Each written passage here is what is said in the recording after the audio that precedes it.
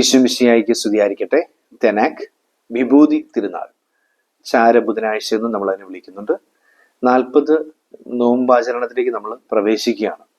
ഈശോയുടെ പീഡാസഹനത്തെയും മരണത്തെയും ഉത്ഥാനത്തെയും ഒക്കെ ധ്യാനിക്കാനുള്ള ദിവസങ്ങൾ. വലിയ സ്നേഹത്തോടും വലിയ ധ്യാനചിന്തയോടും ഒക്കെ നമുക്ക് ഈ ദിവസങ്ങളിലേക്ക് പ്രവേശിക്കാം. ലെൻറ്റ് എന്ന വാക്ക് ഒരു ലെൻസ് എന്ന് പറയപ്പെടുന്ന ജർമ്മൻ വാക്കിൽ നിന്നും വരുന്നു. അതിൻ്റെ യഥാർത്ഥ അർത്ഥം വസന്തകാലം എന്നാണ്. ഒരു ഉണക്ക അനുഭവത്തിലേക്കല്ല നമ്മൾ പ്രവേശിക്കുന്നത്, പുണ്യങ്ങൾ പൂത്തുലയാനുള്ള ഒരു വസന്തകാലത്തിലേക്ക് നമ്മൾ പ്രവേശിക്കുകയാണ്. ആ ബോധ്യത്തിലായിരുന്നുകൊണ്ട് നമുക്ക് നോമ്പാചരണത്തിലേക്ക് പ്രവേശിക്കാം. നോമ്പാചരണത്തിലേക്ക് പ്രവേശിക്കുമ്പോൾ ആദ്യ ദിവസത്തിലെ വളരെ പ്രധാനപ്പെട്ട കർമ്മമാണ് നെറ്റിത്തടത്തിൽ ചാരം കൊണ്ട് കുരിശു വരയ്ക്കുക എന്ന് പറയുന്നത്. ചാര മുദ്ര പതിച്ചു തന്നുകൊണ്ട് ഈ ദൈവത്തിൻ്റെതാണെന്ന് പറയുന്നൊരു പ്രഖ്യാപനം. നമ്മൾ ഈ മുദ്ര എന്നതിനെ കുറിച്ച് ബൈബിളിൽ പലയിടങ്ങളിൽ കാണാൻ സാധിക്കും. ഞാനൊരു മുദ്ര ധരിച്ചിട്ടുണ്ട്. താവോ കുരിശ് എന്നാണ് അതിന് പറയുന്നത്, താവോ ക്രോസ്. അസീസിയിലെ ഫ്രാൻസിസ് രണ്ടാം ക്രിസ്തുവിലേക്ക് ലയിച്ചിട്ട് 800 വർഷം തികയുകയാണ് ഈ വർഷത്തിൽ.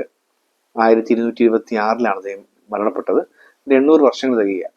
നമ്മളിങ്ങനെ അസീസിയിലെ ഫ്രാൻസിസിനെ കുറെ കൂടി കാര്യമായി പഠിക്കുകയും ധ്യാനിക്കുകയും ജീവിതത്തിൽ പകർത്താൻ ശ്രമിക്കുകയൊക്കെ ചെയ്യേണ്ട ഒരു വർഷമായിട്ട് ലിയോ പാപ്പ ജനുവരി 10 അത് അങ്ങനെ ഒരു ജൂലൈ വർഷത്തിൽ പ്രഖ്യാപനം കുറിക്കുകയും ചെയ്തു. നമ്മൾ ആ ഒരു അസീസിയുടെ വർഷത്തിലെ ചാര ബുധനാഴ്ച എന്നൊരു പ്രത്യേകത ഈ ദിവസത്തിലുണ്ട്. നമുക്ക് അതിലേക്ക് വളരെ സ്പെസിഫിക് ആയിട്ട് കിടക്കുന്നതിന് മുമ്പ് ഈ മുദ്രകളെ കുറിച്ച് ബൈബിളിലെ അവസാനത്തെ പുസ്തകത്തിലും ആദ്യത്തെ പുസ്തകത്തിലും പറയുന്ന കാര്യങ്ങളൊന്നും ചിന്തിക്കാം. അവസാന പുസ്തകത്തിൽ മുദ്രകളെ കുറിച്ച് നിരവധി വാക്യങ്ങളുണ്ട്. സപ്തമുദ്രകളെ കുറിച്ചൊക്കെ പറയുന്നുണ്ട്. പക്ഷേ തിന്മയുടെ ഒരു മുദ്രയെ കുറിച്ച് പറയുന്നുണ്ട്. വെളിപാട് പുസ്തകത്തിലെ 13-ാം അധ്യായത്തിലെ 16-ാം വാക്യത്തിലാണ് നമുക്ക് ആ തിന്മയുടെ മുദ്രയെ കുറിച്ച് കാണാൻ സാധിക്കുക. ആ വാക്യം ഇങ്ങനെയാണ്: ചെറിയവരും വലിയവരും ധനികരും ദരിദ്രരും സ്വതന്ത്രരും അടിമകളും എല്ലാവരുടെയും വലത് കൈയിലോ നെറ്റിയിലോ മുദ്ര കുത്തണമെന്ന് അത് നിർബന്ധിച്ചു. മുദ്ര കുത്തണമെന്ന് നിർബന്ധിച്ചു. ദുഷ്ടതയുടെ മുദ്രയാണ്. എന്നിട്ട് പറയുന്നത് ഇങ്ങനെയാണ്: മൃഗത്തിന്റെ നാമത്തിന്റെ സംഖ്യയോ മുദ്രയിടപ്പെടാത്തവർക്ക് കൊടുക്കൽ വാങ്ങൽ അസാധ്യമാകാൻ വേണ്ടിയായിരുന്നു അത്. അതായത് മൊത്തം ഈ തിന്മയുടെ ശക്തി കീഴ്പ്പെടുത്തുന്നതാണ്. എന്നിട്ട് ആ മുദ്ര എന്താണെന്ന് പറയുന്നുണ്ട്. ഇവിടെയാണ് ജ്ഞാനം ആവശ്യമായിരിക്കുന്നത്. ബുദ്ധിയുള്ളവൻ മൃഗത്തിന്റെ സംഖ്യ കണക്ക് കൂട്ടട്ടെ, അതൊരു മനുഷ്യന്റെ സംഖ്യയാണ്. ആ സംഖ്യ 666 ആണ്. 666. യഥാർത്ഥത്തിൽ ആ നീറോ എന്ന വാക്കുമായിട്ട് ബന്ധപ്പെട്ടാണ് ഈ മനുഷ്യന്റെ സംഖ്യ എന്നുകൊണ്ട് അർത്ഥമാക്കുന്നത്. അപ്പോക്കലിപ്റ്റിക് സാഹിത്യ ശൈലിയിൽ അത് രേഖപ്പെടുത്തുമ്പോൾ അങ്ങനെയാണ് എഴുതിയിരിക്കുന്നത്. പക്ഷെ നമ്മൾ ഓർക്കേണ്ട ഒരു കാര്യം, തിന്മയുടെ മുദ്ര പതിപ്പിക്കപ്പെട്ട ഒരു ലോകത്തിൽ നിന്നും ജനത്തെ വീണ്ടെടുക്കാൻ വേണ്ടിയാണ് ആ കുഞ്ഞാടിന്റെ രക്തം വിലയായി നൽകപ്പെടുന്നത്. അതാണ് തൊട്ടടുത്ത അധ്യായം 14-ാം അധ്യായത്തിലേക്ക് നമ്മൾ വരുമ്പോൾ കുഞ്ഞാടിനെ കുറിച്ച് പറയുന്നത്. നമുക്ക് ഉൽപ്പത്തി പുസ്തകത്തിലേക്ക് പോവാം. അവിടെയും ഒരു മുദ്രയെ കുറിച്ച് പറയുന്നുണ്ട്. ആ മുദ്ര എന്താണെന്ന് ചോദിച്ചു കഴിഞ്ഞാൽ, ആദ്യത്തെ കൊലപാതകം നടക്കുകയാണ്. കായൻ ആബേലിനെ കൊന്നു. അത് കഴിയുമ്പോൾ ദൈവം കായന് ശിക്ഷകളൊക്കെ പ്രഖ്യാപിക്കുകയാണ്. ഇപ്പൊ ഉൽപ്പത്തി പുസ്തകത്തിലെ 4-ാം അധ്യായത്തിലെ 13 വാക്യം, കായൻ കർത്താവിനോട് പറഞ്ഞു, എനിക്ക് വഹിക്കാവുന്നതിലും വലുതാണ്. കാരണം ഇത് കായൻ കുറെ ശിക്ഷകൾ ദൈവം പ്രഖ്യാപിക്കുകയായിരുന്നു. ഈ 10-11 വാക്യങ്ങളൊക്കെ ആയിട്ട്, നീ ഭൂമിയിൽ കഷ്ടപ്പെട്ടാലും ആ ഭൂമിയിൽ നീ ശപിക്കപ്പെട്ടവനാണ്, കൃഷി ചെയ്യുമ്പോൾ മണ്ണ് നിനക്ക് ഫലം തരത്തില്ല, നീ ഭൂമിയിൽ അലഞ്ഞു തിരിയുന്നതിനായി മാറും. ഇങ്ങനെ കുറെ ശിക്ഷകൾ പറഞ്ഞു കഴിയുമ്പോഴത്തേക്ക് കായൻ കർത്താവിനോട് തിരിച്ചു പറയുകയാണ്, എനിക്ക് വഹിക്കാവുന്നതിലും വലുതാണ് ഈ ശിക്ഷ. ഇന്ന് അവിടുന്ന് എന്നെ ഈ സ്ഥലത്ത് നിന്ന് മാറ്റിപ്പായിച്ചിരിക്കുന്നു. അവിടെ നിന്റെ സന്നിധിയിൽ നിന്ന് ഞാൻ ഒളിച്ചു നടക്കണം. ഞാൻ ഭൂമിയിൽ ഉഴലുന്നവനായിരിക്കും. കാണുന്നവരെല്ലാം എന്നെ കൊല്ലാൻ നോക്കും. അപ്പോഴാണ് ഈ മുദ്രയെക്കുറിച്ച് 4-ാം അധ്യായത്തിലെ 15-ാം വാക്യത്തിൽ നമ്മൾ വായിക്കുന്നത്. 4-ാം അധ്യായം 15-ാം വാക്യം പറയുന്നത് എങ്ങനെയാണ്: കർത്താവ് പറഞ്ഞു, ഒരിക്കലുമില്ല, കായനെ കൊല്ലുന്നവന്റെ മേൽ 7 ഇരട്ടിയായി ഞാൻ പ്രതികാരം ചെയ്യും. ആരും കായനെ കൊല്ലാതിരിക്കാൻ കർത്താവ് അവന്റെ മേൽ ഒരടയാളം പതിച്ചു. രക്ഷയുടെ അടയാളം. അനുദപിക്കുന്നവന്, ശിക്ഷയെക്കുറിച്ച് വേദനിക്കുന്നവന്, പ്രായശ്ചിത്തം ചെയ്യാൻ ആഗ്രഹിക്കുന്നവന്, പരിഹാര കർമ്മങ്ങളെക്കുറിച്ച് ചിന്തിക്കുന്നവന് ദൈവം നൽകുന്ന ഒരു അടയാളം കായന് നൽകുകയാണ്. അതാണ് ബൈബിളിൽ ആദ്യമായിട്ടൊരു അടയാളം മനുഷ്യൻ ദൈവം സൃഷ്ടിക്കുന്നു എന്ന് പറയുന്നത്. ഇതിന്റെ ഒരു തുടർച്ച എന്നാണ് നമ്മൾ വായിക്കേണ്ടത്. എന്താണ് ഈ അടയാളം എന്ന് കുറച്ചുകൂടി വ്യക്തമായിട്ട് പറയുന്ന ബൈബിൾ ഭാഗം എന്ന് പറയുന്നത് എസെക്കിയേലിന്റെ പുസ്തകമാണ്. ഈ എസെക്കിയേലിന്റെ പുസ്തകത്തിലേക്ക് എത്തുമ്പോൾ നമ്മൾ വായിക്കുന്ന ഈ അടയാളത്തെ കുറിച്ച് പറയുന്നുണ്ട്. പറയുന്നതിനാണ് എസെക്കിയേലിന്റെ പുസ്തകം 9-ാം അധ്യായത്തിലെ 4ഉം 6ഉം വാക്യങ്ങൾ. 4-ാം വാക്യം ഇങ്ങനെയാണ്: ജെറുസലേം പട്ടണത്തിലൂടെ കടന്നു പോവുക, ആ നഗരത്തിൽ നടമാടുന്ന മ്ലേച്ഛതകളെ ഓർത്ത് കരയുകയും നെടുവീർപ്പിടുകയും ചെയ്യുന്നവരുടെ നെറ്റിത്തടങ്ങളിൽ അടയാളമിടുക. ഈ ഒരു ഒരു ദേശത്തിന്റെ മൊത്തം തിന്മകളെ കുറിച്ച് ദൈവസന്നിധിയിൽ വിലപിക്കുകയും പ്രാർത്ഥിക്കുകയും ചെയ്യുന്നവരുടെ നെറ്റിത്തടത്തിൽ ഒരു അടയാളം ഇടുക. അതിനാണ് പറഞ്ഞു വെക്കുന്നത്. ഈ അടയാളം താവു ആണെന്നാണ് പറയുന്നത്. പിന്നീട് പറയുന്ന 6-ാമത്തെ വാക്യം: വൃദ്ധരും യുവാക്കളും യുവതികളെയും പൈതങ്ങളെയും സ്ത്രീകളെയും നിശേഷം വധിക്കുവിൻ, എന്നാൽ അടയാളമുള്ളവരെ ആരെയും തൊടരുത്. ഈ അടയാളമുള്ളവരൊക്കെ രക്ഷിക്കപ്പെടും. ഈ അടയാളമാണ് താവു. താവു എന്നാണ് പറയുന്നത്. താവോയുടെ ബാക്ക്ഗ്രൗണ്ട് നമുക്ക് ഈ ഒരു ബൈബിൾ ഭാഗത്തിൽ നിന്നുമാണ്. താവു എന്ന് പറഞ്ഞാൽ കുരിശ് രൂപത്തിൽ ഇരിക്കുകയാണ്, കുരിശ് രൂപത്തിലാണത്. പക്ഷെ അതിന്റെ പ്രത്യേകത എന്താണെന്ന് വെച്ച് കഴിഞ്ഞാൽ നമ്മൾ അതിലേക്ക് വരുമ്പോൾ 2 അർത്ഥങ്ങളാണ് ഉള്ളത്. ഒന്ന്, ആൽഫയും ഒമേഗയും നമ്മൾ പറയുന്നത് ഗ്രീക്ക് ആൽഫബറ്റ്സിലെ ആദ്യ അവസാന അക്ഷരങ്ങളാണ് ഒമേഗ. ഈ ഒമേഗയ്ക്ക് തുല്യമായിട്ട് ഹീബ്രു അക്ഷരമാലയിലെ അവസാനത്തെ അക്ഷരമാണ് താവു. അവസാനത്തെ അക്ഷരം എൻഡ്, നിന്റെ മരണം എന്നുള്ളതിനെ കുറിച്ച് ഓർപ്പിക്കുന്നതാണ് താവു കുരിശ്.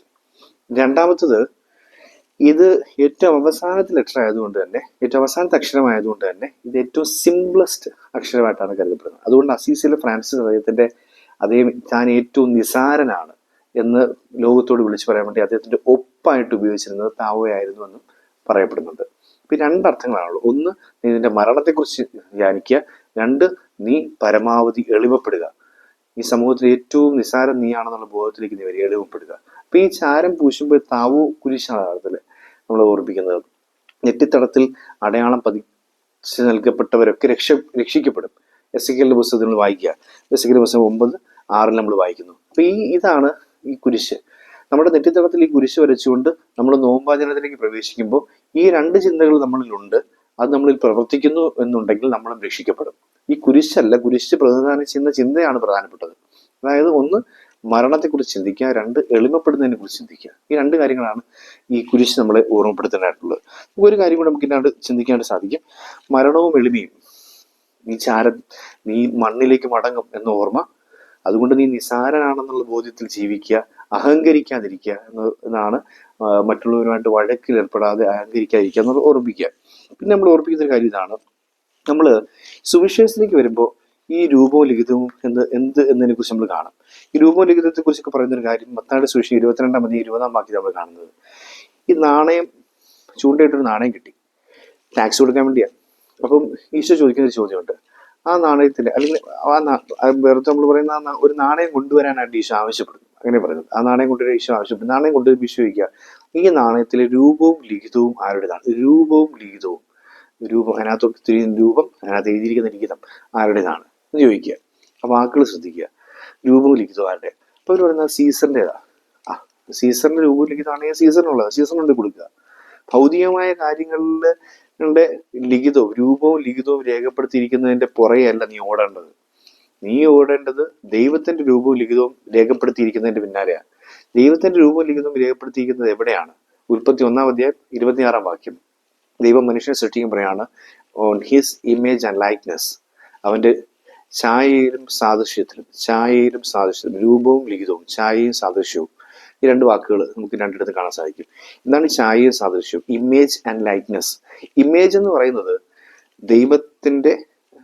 ദൈവത്തെ വരച്ചു വെച്ചിരിക്കുന്ന പോലെ, ദൈവത്തെ കൊത്തി വെച്ചിരിക്കുന്ന പോലെ തോന്നണം.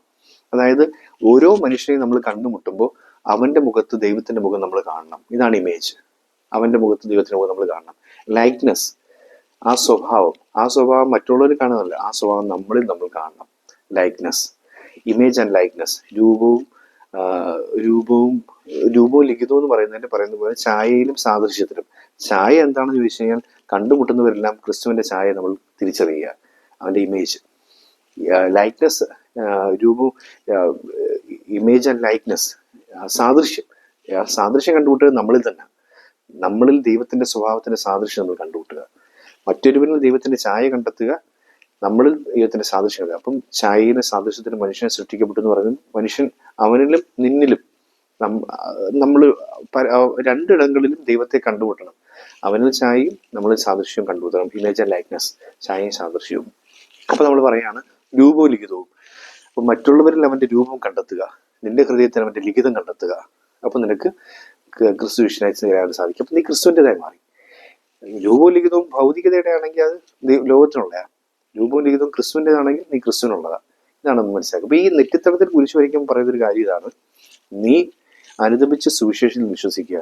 അതായത് നിന്റെ രൂപവും ലിഖിതവും നീ മറ്റുള്ളവരിൽ അവൻ്റെ രൂപം കാണുകയും നിന്റെ ഉള്ളിൽ അവൻ്റെ ലിഖിതം വായിക്കുകയും ചെയ്തുകൊണ്ട് അവൻ്റെ ഛായയിലെ സാദൃശ്യത്തിലേക്ക് നിനക്ക് അവരിനെയും നിന്നെയും മാറ്റിയെടുക്കാൻ നിനക്ക് സാധിക്കും. ഇതിനുള്ളതാണ് തപസ്കാരം.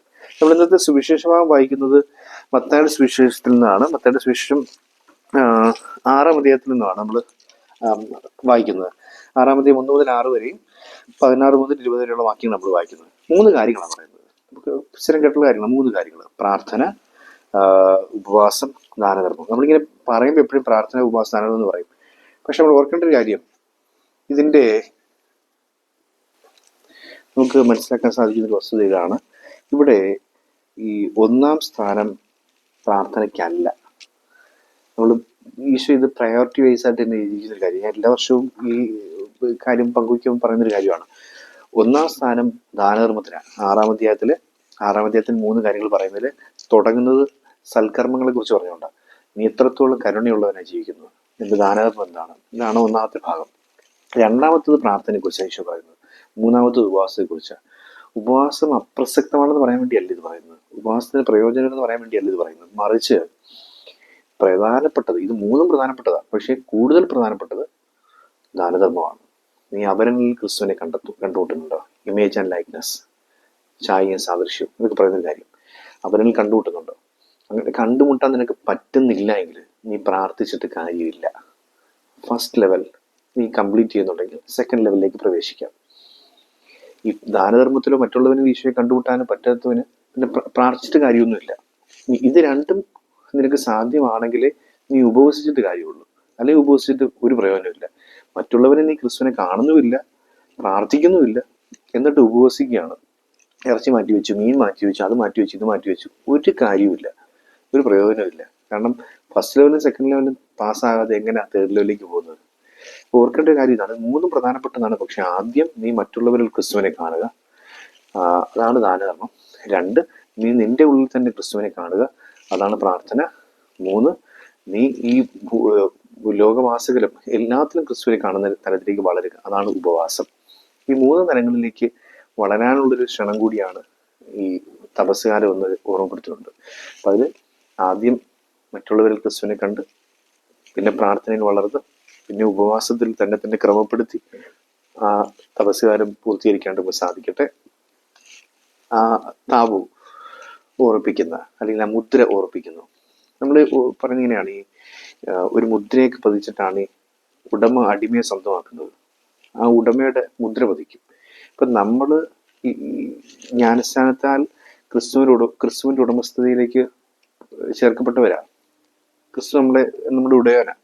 പക്ഷേ നമ്മൾ തന്നെ അതിനെ നശിപ്പിച്ച് കളഞ്ഞ് മുന്നോട്ട് പോയിക്കൊണ്ടിരിക്കുമ്പോൾ ആ സകല ദുശ്ചിന്തകളുടെയും ക്രിസ്തുവിനെ നിരക്കാത്ത കാര്യങ്ങളെയും കത്തിച്ച് ചാരമാക്കിയിട്ട് ആ ഓശാന പാണ്ടികളുടെ എല്ലാം ചാരം കൊണ്ട് നീ നെറ്റിത്തടത്തിൽ കുരിശ് വരച്ച് വീണ്ടും ക്രിസ്തുവിൻ്റെ മുദ്ര പതിപ്പിച്ച് ക്രിസ്തുവിൻ്റെ ഉടമസ്ഥതയിലേക്ക് നീ ചേക്കേറുക.